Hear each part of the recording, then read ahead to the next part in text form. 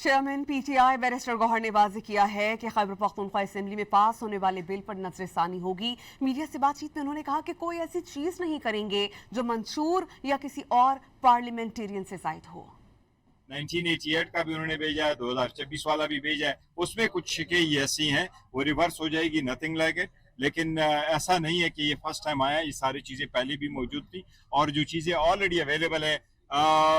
National assembly को, senate के assembly में KPK की हुकूमत या वहाँ के जो पार्लियामेंटेरियन है, ये खान साहब की हुकूमत है, खान साहब के नुमाइंदे हैं, खान साहब के विजन के मुताबिक वक्त गुजारेंगे, कोई भी ऐसी चीज़ नहीं करेंगे जो किसी भी दूसरे पार्लियामेंटेरियन से ज्यादा हो। चेयरमैन पीटीआई बैरिस्टर गौहर ने वाज़ेह किया है कि खैबर पख्तूनख्वा असेंबली में पास होने वाले बिल पर नजरसानी होगी। मीडिया से बातचीत में उन्होंने कहा कि कोई ऐसी चीज नहीं करेंगे जो मंशूर या किसी और पार्लियामेंटेरियन से जायद हो।